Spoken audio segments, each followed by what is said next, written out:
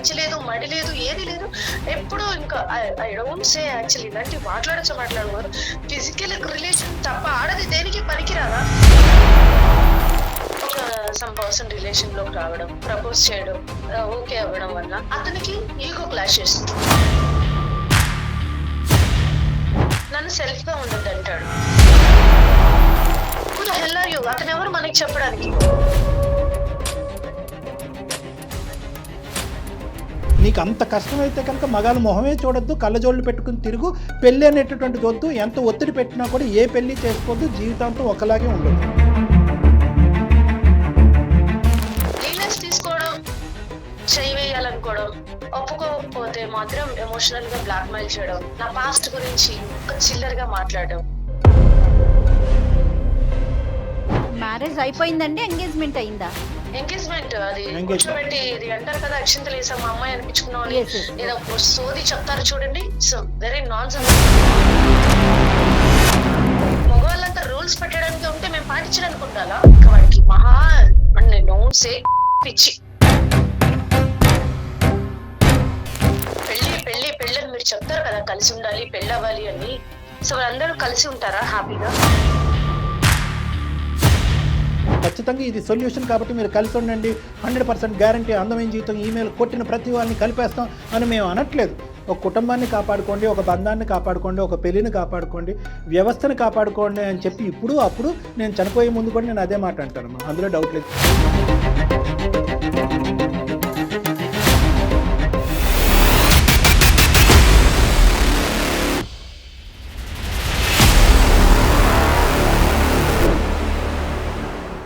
Welcome to అందమైన జీవితం. నమస్తే డాక్టర్ గారు. నమస్తే జయ గారు. నైనిక అనే ఒక అమ్మాయి మనకి మెయిల్ చేసిందండి మేడం. తను ఒక ప్రశ్న వేసిందండి. అందమైన జీవితానికి మీరు ప్రతి సమస్యకి కలిసి ఉండండి, ప్రతి చోట అలా సాధ్యమవుతుందా? అది ఒకవైపే ఉండదు కదా, బోత్ సైడ్స్ ఉండాలి కదా. మీరు ఎందుకు ప్రతి చోట కలపాలి, ముందుకు తీసుకెళ్లాలని మాట్లాడతారు? అది ఎందుకు అవసరం? లాంటి ప్రశ్నలు చాలా ఉన్నాయి కళ్యాణ్ గారు. ఇంకా లాభం లేదు, మీతో మాట్లాడించాలి, దానికి సమాధానం మీరే కరెక్ట్ గా చెప్పగలుగుతారని చెప్పేసి మరొకసారి కాల్ చేసేయమంటారు? తప్పకుండా మేడం. నైనిక ఇప్పుడున్న జనరేషన్ లో మెయిన్ గా వచ్చేది ఏంటంటే మేడం, ఆ పేషెన్స్ తగ్గిపోవటం వల్ల ప్లస్ మైనస్ ఉంటుంది, ప్రతిదానికి అని చూడట్లేదు, మైనస్సే ఎక్కువ చూస్తుంది. అవునండి. హలో, నైనిక గారండి మాట్లాడేది. నమస్తే అండి, నేను జయానండి, సుమన్ టీవీ అందమైన జీవితం ప్రోగ్రామ్ నుంచి కాల్ చేస్తున్నాను. ఫైన్ అండి, మీరు ఎలా ఉన్నారు? మీ మెయిల్ చూసామండి. నాతో పాటు డాక్టర్ కళ్యాణ్ గారు ఉన్నారు, ఒకసారి మాట్లాడతారా? హలో అమ్మా, నైనిక అమ్మా. హాయ్ అమ్మా. ఐఎమ్ గుడ్ అమ్మా, I'm good, thanks for asking. చెప్పండి తల్లి, ఏంటమ్మా మీ ప్రశ్న ఏంటి, మీ సమస్య ఏంటమ్మా? ఆల్ ఎపిసోడ్స్ చూస్తాను సార్, చాలా బాగుంటుంది every episode, really happy sir. Thank you అమ్మా. మిమ్మల్ని క్వశ్చన్ అడుగుదాం అనుకుంటున్నాను సార్. అడగండి అమ్మా. అదేం భాగ్యం, అడగండి.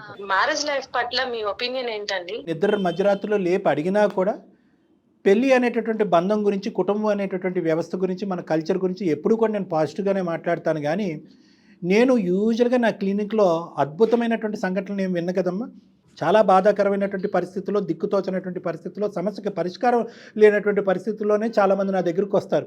అయినా కానీ మధ్యరాత్రిలో నన్ను లేపి అడిగినా కూడా ఒక కుటుంబాన్ని కాపాడుకోండి, ఒక బంధాన్ని కాపాడుకోండి, ఒక పెళ్లిని కాపాడుకోండి, వ్యవస్థను కాపాడుకోండి అని చెప్పి ఇప్పుడు అప్పుడు నేను చనిపోయే ముందు కూడా నేను అదే మాట అంటానమ్మా. అందులో డౌట్ లేదు, ఇంతకు మించి నేను ఏం చెప్పలేను. సెటిల్మెంట్ చెప్పినాక వెళ్ళిపోతారు కదా, సో అందరూ కలిసి ఉంటారా హ్యాపీగా? ఉండాలనే కోరుకుంటారు కదమ్మా. నువ్వు ఒక పరీక్ష రాస్తున్నావు అమ్మా, పాస్ అవ్వాలని రాస్తావా, ఫెయిల్ అవ్వాలని రాస్తావా? సో మా ఉద్దేశంలో ప్రతి సమస్య ఒక పరీక్ష. ఆ పరీక్షలో మేమిద్దరం ఆ పరీక్ష రాయడానికి మేము ముందుకెళ్తున్నాం. ఆ పరీక్షలో మేము పాస్ అవుతాం. అంటే మా దగ్గరకు వచ్చేటటువంటి సమస్య ఒక పరీక్ష లాంటిది మా ఇద్దరికి. ఆ పరీక్షలో మేము పాస్ అవ్వాలనేటటువంటి ఉద్దేశంతో, దృఢ సంకల్పంతో ముందుకెళ్తాము. మా సంకల్పం బలమైంది అయితే కనుక ఖచ్చితంగా ఆ కుటుంబం కలిసి ఉంటుంది. చాలా వేరియబుల్స్ ఉంటాయి. ఇప్పుడు ఖచ్చితంగా ఇది సొల్యూషన్ కాబట్టి మీరు కలిసి ఉండండి, 100% గ్యారంటీ, అందమైన జీవితం, ఈమెయిల్ కొట్టిన ప్రతి వాళ్ళని కలిపేస్తాం అని మేము అనట్లేదు. మా అదృష్టం బాగుండో, మా సంకల్పం బాగుండో, మేము చేసేటటువంటి ప్రయత్నం 95% ఆఫ్ ద కేసెస్లో ఫలిస్తుంది. ఆ తర్వాత చాలా వేరియబుల్స్ ఉంటాయి. మనస్తత్వాలు మారటం, పరిస్థితులు మారటం, కుటుంబ సమస్యలు మారటం, దానివల్ల ఏదన్నా మార్పు వల్ల వాళ్ళు కలిసి ఉండకపోవటం అనేది జరగచ్చు. కానీ మేమేమి ఇక్కడ అగ్రిమెంట్లు, డాక్యుమెంట్లు రాసుకుని ఇక్కడ ఒప్పందం అయిన తర్వాత సచ్చినట్టు మీరు కలిసే ఉండాలని చెప్పి మేము ఎప్పుడూ అనలేదు. మీరు ఒక 10 ఎగ్జాంపుల్స్ చెప్తే నేను 1000 పాజిటివ్ ఎగ్జాంపుల్స్ చెప్తాను. ఆ 1000 పాజిటివ్ ఎగ్జాంపుల్స్ గురించి కుటుంబాన్ని, వ్యవస్థని, కల్చర్ని కాపాడమని చెప్తాను. ఈ పరానా అమ్మాయి, ఆ అబ్బాయి చేతిలో చంపబడను అంటే లేదు డాక్టర్ కళ్యాణ్ చక్రవర్తి వాళ్ళని కలపాలి అని మేము ఎప్పుడన్నా అన్నామా? కాదు. ఎక్కడైనా రిస్క్ ఉన్నా కూడా వాళ్ళ ఫ్యూచర్కి ఏదన్నా ఒక క్లిష్టమైనటువంటి పరిస్థితి వచ్చినా కూడా, భవిష్యత్తు ఏమన్నా అంధకారంలోకి జరిగేటటువంటి పరిస్థితులు ఉంటే కనుక విడగొట్టడంలో కూడా మేము ముందుంటాం. ఖచ్చితంగా మీరు ఇలాంటి ప్రశ్నలు అడుగుతున్నారంటే మీకు బ్యాక్గ్రౌండ్లో ఏదో ఒక క్లిష్టమైనటువంటి ఒక పరిస్థితే ఉంది. అది మీరు సంభాషించాలనుకుంటున్నారా, వద్దనుకుంటున్నారా? Yes thank you for guessing. Actually నా విషయం వస్తాను. ఐఎమ్ నాయిక. నేను ప్రాపర్ తెలుగు రాష్ట్రాలకే, బట్ ఎక్కడ అనేది నేను ఏం చెప్పను, హోల్డ్ చేస్తాను. దెన్ నేను బాగా చదువుకున్నాను. మా ఫ్యామిలీ కొంచెం వెల్ సెటిల్డ్. నేను, అక్క, మా ఫ్యామిలీ. సో మా లైఫ్ లో అన్నీ ఇచ్చాడు దేవుడు. బట్ నా దగ్గరకు వచ్చేసరికి పెళ్లి విషయంలోనే టీనేజ్ వచ్చినాక ఒక అబ్బాయిని ఇష్టపడ్డాం. మీరు అడిగారు కాబట్టి చెప్తున్నాను. మీకు నేను ఏంటో తెలిస్తేనే కదా నా క్వశ్చన్స్ కి మీరు కరెక్ట్ రీజన్ చెప్పండి. టీనేజ్ లో ఒక అబ్బాయిని ఇష్టపడ్డాం, మాట్లాడుకోవడం, situations, family, religion, some discussion వల్ల బ్రేకప్ అయి దూరం ఉన్నాం అని అయిపోయింది. ఎడ్యుకేషన్ కంప్లీట్ అయ్యే టైంకి సేమ్ మళ్ళీ ఒక సమ్ పర్సన్ రిలేషన్ లోకి రావడం, ప్రపోజ్ చేయడం, ఓకే అవ్వడం వల్ల అంతా ఓకే అయింది. అతనికి ఈగో క్లాషెస్, నన్ను సెల్ఫ్ గా ఉండద్దు అంటాడు. సో ఎవరు థర్డ్ పర్సన్, సెకండ్ పర్సన్ వచ్చారు, మనల్ని మనం ఎందుకు మార్చుకోవాలి? Who the hell are you? అతను ఎవరు మనకి చెప్పడానికి? సో అది వదిలేశాను. సో హెల్దీ రిలేషన్, ఎటువంటి లిమిట్స్ క్రాస్ అవ్వలేదు. I know very well my limits. Actual అది బ్రేకప్ అయింది. నేను అసలు ఈ లైఫ్ ఆల్రెడీ చిన్నతనం నుండి రిస్ట్రిక్షన్స్ తో వాటితో ఉన్న నేను చాలా ఇదిగా ఉండి అసలు బ్రేకప్ చెప్పేసాను. థర్డ్ వన్ వచ్చాడండి ఒక లైఫ్ లో, వాడికి బ్రేకప్ అయిందన్న ఎమోషనల్ తో నన్ను మాట్లాడడం చేయడం చేశాడు. లీనెస్ తీసుకోవడం, చేయి వేయాలనుకోవడం, ఒప్పుకోకపోతే మాత్రం ఎమోషనల్ గా బ్లాక్ మెయిల్ చేయడం, లేదంటే నా పాస్ట్ గురించి ఒక చిల్లర్ గా మాట్లాడడం. అసలు అంటే ఐ డోంట్ నో యాక్చువల్లీ ఒక రిలేషన్ అంటే ఇంకా ఫిజికల్ ఏనా? ఒక నా ఫ్రెండ్ వాళ్ళ హస్బెండ్ ఉన్నారు, తనతో కూడా ఇదే ప్రాబ్లం. మ్యారేజ్ అయింది పేరుకే. తను ఎంత టార్చర్ చేస్తాడంటే పూజ లేదు, మంచి లేదు, మడి లేదు, ఏది లేదు. ఎప్పుడు ఇంకా ఐ డోంట్ సే యాక్చువల్లీ ఇలాంటివి మాట్లాడకూడదు. ఫిజికల్ రిలేషన్ తప్ప ఆడది దేనికి పనికిరాదా? వాడికి కూడా సలాం కొట్టేసి నేను బెంగళూరు వచ్చి సెటిల్ అయిపోయాను.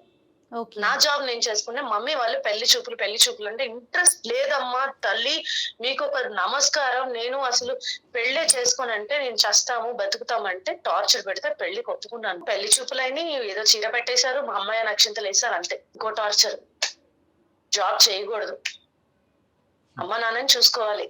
మ్యారేజ్ అయిపోయిందంటే ఎంగేజ్మెంట్ అయిందా? ఎంగేజ్మెంట్ అది కూర్చోబెట్టి ఇది అంటారు కదా, అక్షింతలు వేసాం మా అమ్మాయి అనిపించుకున్నాం అని ఏదో సోది చెప్తారు చూడండి. It's very non sense actually. I'm sorry, నేను అందరినీ అనట్లేదు. మగవాళ్ళంతా రూల్స్ పెట్టడానికి ఉంటే మేము పాటించడానికి ఉండాలా? అది అయింది. అదే ఆల్మోస్ట్ ఎంగేజ్మెంట్ వరకు వచ్చి అది బ్రేకప్ అయింది. Okay. Last but not least recent గా కూడా సేమ్ ఎంగేజ్మెంట్ వరకు వచ్చి వాడు అంతే. ఇంకా వాడికి మహా డోంట్ సే పిచ్చి. ఈ మైండ్ సెట్స్ తో పెళ్ళెలా చేసుకోవాలి? పెళ్ళని మీరు చెప్తారు కదా, కలిసి ఉండాలి, పెళ్ళి అవ్వాలి అని. సో ఇప్పుడు నేను చెప్పిన 5 టైప్ ఆఫ్ క్యారెక్టర్లు నాకే తగిలారు సార్. ఐ క్లారిటీ ఉంది, నా ఒక్కదానికే కాదు, 200%, 98% ఆడపిల్లలందరికి ఇలాంటి జతవలు తగులుతూనే ఉంటారు. సారీ, అంతకన్నా గౌరవమైన మాట నాకు రాదు. ఇలాంటి వాళ్ళు తగులుతున్నారు. వాళ్ళతో అడ్జస్ట్ అవ్వాల జీవితాంతో. 20 years ఇష్టంగా పెరిగిన అమ్మాయి, 20 years ఏ కష్టం తెలియకుండా మన అమ్మ నానే కదా ఆడుతూ పడుతూ పెరిగిన అమ్మాయి, 80 years అదే ఇప్పుడున్న జనరేషన్ బతికేది మహా అయితే 50 years అనుకోండి, అంటే 30 to 40 years జీవితాంతం బానిసలా బతకాల్సిందని. ఎందుకు సార్ అప్పుడు పెళ్లిళ్ళు? అమ్మ, నువ్వు చాలా ఇమోషనల్గా మాట్లాడేవమ్మా. నువ్వు మాట్లాడిన దాంట్లో ఎటువంటి తప్పు లేదు. నువ్వు 5-6 సందర్భాలు సంఘటనలు నువ్వు చెప్పావు మాకు. ఈ 5-6 సంఘటనలు సందర్భాలు వచ్చుంటే కనుక నువ్వు ఎవరైతే కనుక మగవాళ్ళని డిస్క్రైబ్ చేసావో సింగిల్ హ్యాండెడ్గా నీ యొక్క మాట తీరు బట్టి నీ ఆలోచన నువ్వు వ్యక్తపరిచేటటువంటి హావభావాలు బట్టి నీ వ్యక్తిత్వం అయితే నేను చెప్పగలను. కానీ అది ఈరోజు ప్రస్తావన కాదు కాబట్టి నేను చెప్పను. ఎందుకంటే నీ గురించి కూడా మాట్లాడేటటువంటి వాళ్ళు ఎవరన్నా ఉంటే కనుక బహుశా మాకు బ్యాలెన్స్డ్గా అసలు ఈ సిచ్యువేషన్లో ఏం జరుగుండొచ్చు అన్నది అర్థమవుతుంది. 5 సంఘటనలు 6 సంఘటనలు నాకు తెలియదు. నువ్వు లైన్గా చెప్పుకుంటూ పోయి నేను కరెక్ట్గా లెక్క పెట్టలేదు, తప్పనుకోవద్దు. కేవలం నువ్వు చెప్పినటువంటి అంశాలు ఏవైతే ఉన్నాయో చాలా దురదృష్టకరమైనటువంటి బాధాకరమైనటువంటి అంశాలు. నీ తరపున అంటే మాకు పూర్తి స్థాయి సానుభూతి అనేది ఉంది. కానీ మేము సానుభూతి పట్టడం అనేటటువంటిది కాదు కదా నువ్వు ఇక్కడ మా దగ్గరకు వచ్చింది. నీ బదులుకి సమాధానం కావాలి అనేది వచ్చావు కాబట్టి ఓకే. నువ్వు చాలా ఫ్రస్ట్రేషన్లో ఉన్నావమ్మా. మా వరకు వచ్చినా కూడా కొట్టుకోటాలు అనేటటువంటిది పక్కన పెడితే తర్జన భర్జనలు కొద్దిగా మాట అనేటటువంటి జరుగుతూ ఉంటాయమ్మా. బంధంలో ఆప్యాయత ప్రేమ బాండింగ్ అనేటటువంటిది ఉంటే కనుక ఎలాంటివన్నీ తీసి పక్కన పెట్టేసి ముందుకు వెళ్ళిపోతాం. సర్దుకోవటం దిద్దుకోవటం కాంప్రమైజ్, ఈ 3 పదాలు జాగ్రత్త గుర్తుపెట్టుకోండి. 6 సందర్భాల్లో నువ్వు నా వరకు నా క్లినిక్ దగ్గరికి కానీ ఇలాంటి అందమైన జీవితం ప్రోగ్రామ్కి వస్తే కనుక మేము ఏం చేసి ఉండేవాళ్ళం అంటే కనుక ఖచ్చితంగా నీకు ఒక టార్చరు, నీతో ఒక మిస్బిహేవియరు, నీతో ఒక పద్ధతిగా వ్యవహరించలేనటువంటి పూర్తిగా మగాళ్ళు అందరూ డాష్ అనేటటువంటి పదాలు దయచేసి విరమించుకోండి అమ్మా. అది మేము పూర్తి స్థాయిలో ఖండిస్తున్నాము. ఇక్కడ 6 మగాళ్ళని ఊహించుకుంటూ ఇక్కడ నాతో గొడవ పెట్టుకోకండి. నేను సమాధానం చెప్పడానికి ఇక్కడ ఉన్నాను. మీ యొక్క ఆలోచన శైలి ఏదైతే ఉందో 6 మగాళ్ళకి సంబంధించినటువంటిది కరెక్టే. ప్రత్యేకంగా ఈ అమ్మాయిని ఇబ్బంది పెట్టాలి అనేటటువంటిది వాళ్ళ వర్షం చెప్పకుండా ఒక బంధం గురించి కానీ మీరు చెప్పినటువంటి 6 రిలేషన్స్ గురించి కానీ నేను ఈరోజు జడ్జిమెంట్కి రాలేను.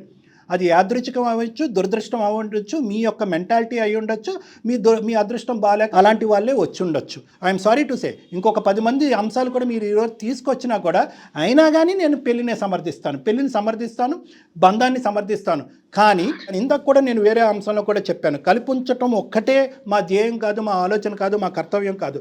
కలపాలనేటటువంటిది దృఢ సంకల్పం, ఒక బలమైనటువంటి కోరిక ఉన్నా కూడా రిస్క్ ఫ్యాక్టర్స్, మళ్ళీ ఆ పదం నీకు చెప్తున్నాను, రిస్క్ ఫ్యాక్టర్స్ అంటే ఆ వ్యక్తి యొక్క ఒక స్వార్థపూరితమైనటువంటి ఆలోచనతో వేరే విధంగా నిన్ను వాడుకోవాలన్నా, లేదంటే నీ సిచ్యువేషన్ని, నీ బలహీనతని అడ్వాంటేజ్ తీసుకోవాలన్నా, నీ స్వేచ్ఛని హరించాలనేటటువంటి ఉద్దేశం ఉన్నా, లేదంటే నీకు ప్రాణభంగం కానీ, లేదంటే నీ కెరియర్ భంగం కానీ, భవిష్యత్తుకు సంబంధించినటువంటి భంగాన్ని కానీ ఉంటే కనుక ఇదేనమ్మా రిస్క్ ఫ్యాక్టర్ యొక్క డెఫినేషన్. ఇందులో 100% రిస్క్ 10% అన్న కాదు, 1% రిస్క్ ఉన్నా కూడా నువ్వు ఏదైతే నిర్ణయం తీసుకుని ఈ మగాళ్ళని అందరికీ గుడ్ బై చెప్పి ముందుకు వెళ్ళిపోయావో అదే నిర్ణయం అందమైన జీవితం కూడా తీసుకుని ఉండేది. ఇప్పుడు మీకు జరిగిన సందర్భాలే అందరికీ జరగాలని లేదు, జనరలైజ్ చేయకండి, అది నేను అనేది. నీకు అంత కష్టమైతే కనుక మగాళ్ళ మొహమే చూడొద్దు, కళ్ళజోళ్ళు పెట్టుకుని తిరుగు, పెళ్ళి అనేటటువంటిది వద్దు. ఎంత ఒత్తిడి పెట్టినా కూడా ఏ పెళ్ళి చేసుకోవద్దు, జీవితాంతం ఒకలాగే ఉండు. But that's your personal opinion. ఒక పర్టికులర్ సిచ్యువేషను, ఒక పర్టికులర్ సందర్భాన్ని కంట్రోల్ చేసేటటువంటి ఫ్యాక్టర్స్ ఎన్నో ఉంటాయమ్మా ఒక పెళ్ళికి. అందుగురించే కదా పెద్దవాళ్ళు ఈ సాంప్రదాయం, ఆ జాతకం, ఈ కులం, ఆ గోత్రం అని చెప్పి ఎందుకు ఇవన్నీ కూడా ఇలాంటి అంశాలన్నీ పరిగణలోకి తీసుకొచ్చి ఒక అమ్మాయిని అబ్బాయిని కలపడానికి ప్రయత్నం ఎందుకు చేస్తారు అంటే కనుక మనకి తెలియనటువంటి పరిస్థితులను కూడా కాపాడు అయ్యా భగవంతుడా అనేటటువంటి ఉద్దేశంతో ఇవన్నీ కూడా ఎక్కడ మ్యాచింగ్ చేసుకుంటూ వెళ్తాం. ఎందుకంటే వ్యక్తిత్వాలు ఉంటాయి, అమ్మాయి అబ్బాయి వ్యక్తిత్వాలు ఉంటాయి, వాళ్ళిద్దరి మధ్యన ఉండేటటువంటి ఆలోచన శైలి ఉంటాయి, ఆ పుట్టి పెరిగేటటువంటి వాతావరణం బట్టి ఇన్ఫ్లుయెన్స్ ఉంటాయి. వీళ్ళిద్దరు బాగా బాండ్ అయినా కూడా వెనకాతలు ఉండేటటువంటి ఫ్యామిలీ మెంబర్స్ హ్యాపీగా ఉంటారో లేదో, అక్కడుండే అత్త, ఇక్కడుండే మామ, ఇక్కడుండే అన్న, అక్కడుండే చెల్లి. సో ఇలాంటి ఈ వ్యవస్థలో రకరకాలు ఉంటాయమ్మా, చాలా ఉంటాయి. సో కాబట్టి పర్ఫెక్ట్గా ఇలాగే ఉంటే పెళ్ళి అద్భుతంగా ఉంటుందని చెప్పగలిగితే కనుక అసలు ఇలాంటి వేదికలు ఎందుకు, కౌన్సిలర్స్ ఎందుకు, జాతకాలు ఎందుకు, ఏమున్నాయి? అసలు ఆ పెళ్ళి అనేది లేకపోతే మంచి సమాజాన్ని మనం ఎక్కడ తీసుకురాగలుగుతాం? హెల్తీ నెక్స్ట్ జనరేషన్ అనేది హెల్దీగా ఉండాలి కదా. ఇలాంటి ఆడపిల్లలు చాలా మంది ఉన్నారు సమాజంలో. ఎంతో మంది మగవాళ్ళ చేతుల్లో మోసపోయేటటువంటి ఆడవాళ్ళు చాలా మంది ఉన్నారు. సరే, అందరికీ ఒక రిప్రజెంటేటివ్గా నువ్వు మాట్లాడుతున్నావు అన్నట్టుగా నాకు అనిపిస్తుంది. కానీ but at the end of the day ఒకటే, పెళ్ళి అనేటటువంటి వ్యవస్థని, గౌరవప్రదమైనటువంటి బంధాలు, కుటుంబం అనేటటువంటి వ్యవస్థని ఇలాంటివి 1000 సంఘటనలు చేసినా కూడా పక్కదో పట్టించడం, పక్కకి తీసి పెట్టడం అనేటటువంటిది కరెక్ట్ కాదు. నీ ప్రశ్న ఏంటో అడుగమ్మా. First of all I'm really big fan of మన అందమైన జీవితం సార్. ఎప్పుడు దానికి నేను చాలా మోటివేట్ కూడా అవుతాను మనసులో. నేను ఇప్పుడు మీ దగ్గర చెప్తాను, ఇప్పుడు మాట్లాడిన ఎమోషన్ అంతా మీరు చెప్పారు. సో ఇప్పుడు నేను ఒరిజినల్ చెప్తున్నా. Thank you. సీరియస్లీ కానీ నాకు ఒక చిన్న డౌట్, చాలా మందికి మైండ్ చదివి చెప్తారు కదా, మనసు చాలా చూసాను నేను. సో ఇప్పుడు నేను ఇన్ని రిలేషన్స్ బ్రేకప్ అయ్యానని చెప్పాను కదా మీకు, అంటే నేను అసలు రిలేషన్ కి సెట్ కానా, నాతో ఏమైనా తప్పు ఉందా, నన్ను నేను స్కాన్ చేసుకుంటే నాలో ఎక్కడ నేను ఏ రిలేషన్ లో బ్రేక్ చేసిన దాంట్లో ఎక్కడ తప్పు అనిపించలేదు. ఐ నో అది అహంకారంతో చెప్పట్లేదు, నా సెల్ఫ్ రెస్పెక్ట్ తో ఒక పక్కన అమ్మాయి ఉంటే ఎలా ఉంటుందో అలా ఆలోచిస్తున్న. బట్ నేను రిలేషన్ కి సెట్ అవునా, సమాజానికి సెట్ అవునా, మ్యారేజ్ కి సెట్ అవునా, అసలు ఐ కాంట్ సార్, నాకు అర్థం కావట్లేదు. మీరైనా ఒక సలహా చెప్తే. సూపర్. ఇప్పుడు కాదమ్మా, నీకు ఎంత వయసు నేను అడగలేదమ్మా. నువ్వు 45 సంవత్సరాలు వచ్చి లేదంటే అమ్మా 29 సార్. 29. ఓకేనా. నువ్వు 30 ఇయర్స్కి వచ్చినా, 40 ఇయర్స్కి వచ్చినా, 50 ఇయర్స్కి వచ్చినా, relationship is a part of your life. నీకంటూ ఒక తోడు ఉండాలి అనేటటువంటి అంశాన్ని నేను ఎప్పుడు పరిగణలోకి తీసుకొస్తానమ్మా. ఎందుకంటే ప్రపంచంలో ఈరోజు క్యాన్సర్ కంటే భయంకరమైన వ్యాధి ఏదన్నా ఉంది అంటే కనుక అది ఒంటరితనం. ఎగ్జాక్ట్లీ డాక్టర్ గారు. సో ఈ రోజు నీకు పెద్దగా ఈ అంశాలు ఏవైతే మీరు తెచ్చారో అవేమి నేను తక్కువ చేసి చూడట్లేదమ్మా. నీ బాధ కాదు అని మాట్లాడట్లేదు. నీకేదో వ్యక్తిత్వపరమైన మానసికపరమైన లోపం ఉండటం వల్ల మగవాళ్ళు వచ్చి యూటర్న్ తిరుగుతున్నారనే మాట నేను అన్నమ్మా. అది నువ్వు ఏం జరిగింది అనేటటువంటి సంఘటనలు ఏంటి అనేది నువ్వు ఒక ఆత్మ పరిశీలన చేసుకుని ఏం జరిగింది అన్నది నువ్వు ఆలోచించుకోవచ్చు. నేను ఎప్పుడు కూడా I will never ever say మీరు ఏమన్నా నన్ను ఏమన్నా అనుకోండి, I will never ever say that you are not eligible for relationships అని నేను ఎవరిని అన్నాను. ఎందుకంటే కనుక it's a part of life. మన జన్మ, మన పుట్టుకలో ఎలాగైతే పుట్టుక అనేటటువంటిది నిజమో, ఒక చనిపోవటం అనేటటువంటిది ఒక వినకూడనటువంటి ఒక చేదు నిజమో, బంధం అనేటటువంటిది కూడా ఒక నిజం. It's a part of our life. అది ఉండటం వల్లే, ఆ బంధం, ఆ బాండింగ్ ఉండటం వల్లే మానవ జాతి అనేటటువంటిది ఈరోజు ఉంది.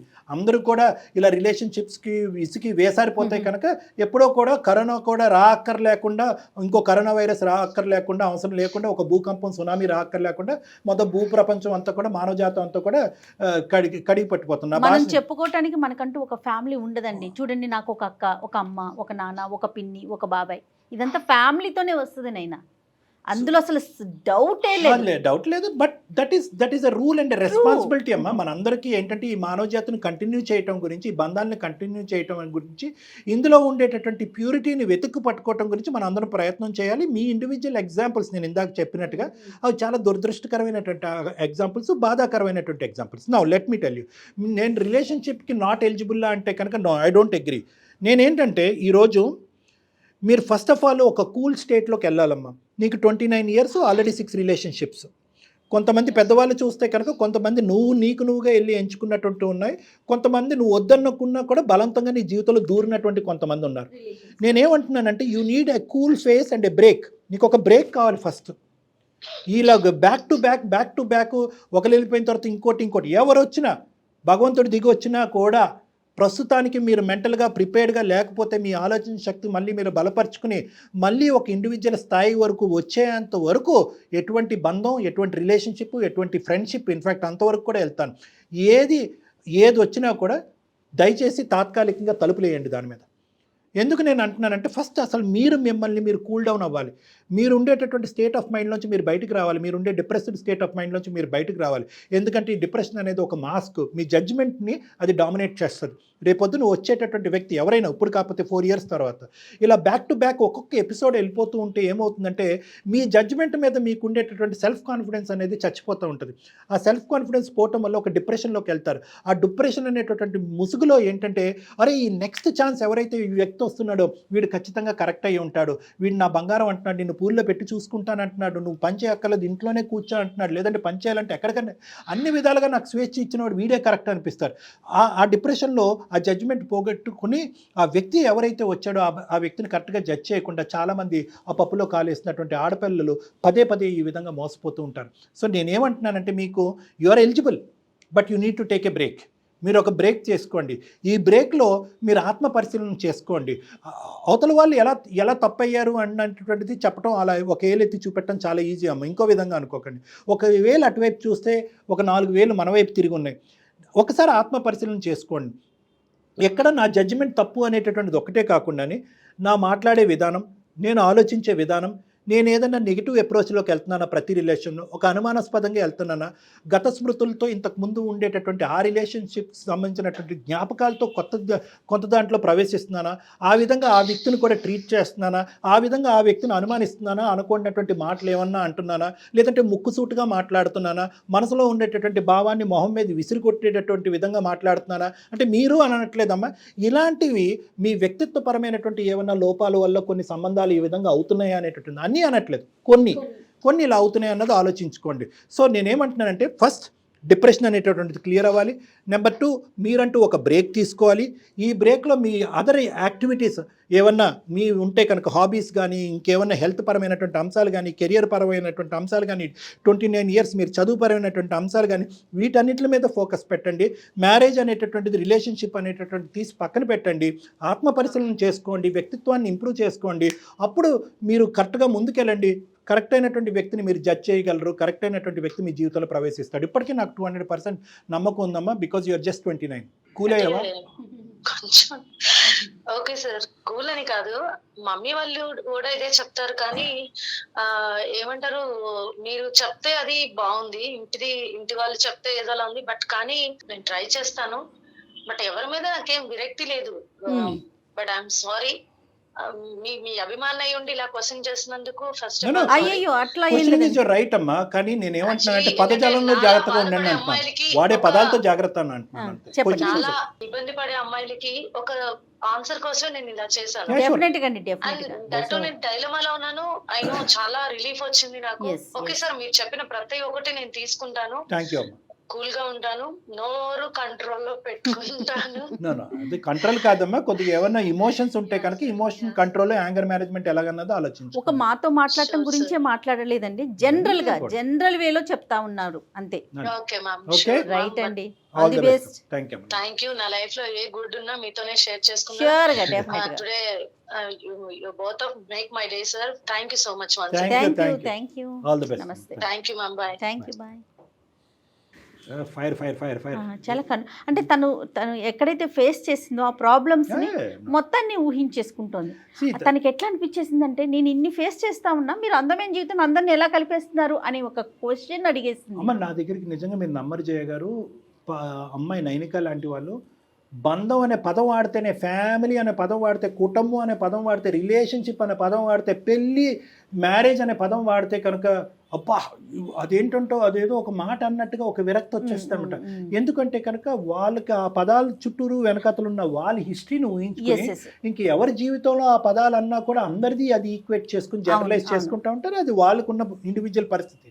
నేను అందుగురించి నైనికా కూడా ఏమని చెప్పానంటే, నీకుండేటటువంటి ఒపీనియన్, నీకుండే మెంటల్ స్టేటు, రిలేషన్షిప్ అనేటటువంటిది, పెళ్ళి అన్నది ఒక భాగమే, ఇదే జీవితం కాదు. దీన్ని తాత్కాలికంగా పోస్ట్పోన్ చేసి ఫస్ట్ నీ యొక్క కెరియర్ని కానీ, మానసిక పరిస్థితిని కానీ, ఆలోచన శైలి కానీ, వ్యక్తిత్వాన్ని కానీ ఫస్ట్ బిల్డప్ చేసుకోండి. ఒక 4 to 5 years, 3 to 4 years gap తీసుకోండి. ఎటువంటి ఒత్తిళ్ళు వచ్చినా కూడా లొంగద్దు. మళ్ళీ రేపొద్దున మీరు చెప్పారు కాబట్టి నేను చేసుకున్నాను, అదిగో నేను అనుకున్నదే జరిగింది అనే పదం రాకుండా you take your time to improve your self. అప్పుడు ఆటోమేటిక్గా నీకు రిలేషన్షిప్ గురించి ఎటువంటి థాట్స్ వస్తాయో ఆలోచించుకుని అప్పుడు ఇంకో ముందు అడిగేయమని. పెళ్ళి వద్దు, లేకపోతే ఒక రిలేషన్ వద్దు, ఒక బంధంలోకి వెళ్ళొద్దు అనుకునే వాళ్ళకి నాకు ఒక్కటే అనిపిస్తూ ఉంటుంది, మన అమ్మా నాన్న లేకుంటే మనం ఎక్కడి నుంచి వచ్చాం? రేపొద్దున నెక్స్ట్ జనరేషన్కి మనం అది ఇవ్వాలి కదా, అది హెల్దీ జనరేషన్కి. రిలేషన్ అనేది దాన్ని ఎంజాయ్ చేస్తేనే కదండి తెలిసేది. ఎనీహౌ, థ్యాంక్ యూ కళ్యాణ్ గారు. నమస్తే. నమస్తే జయ గారు.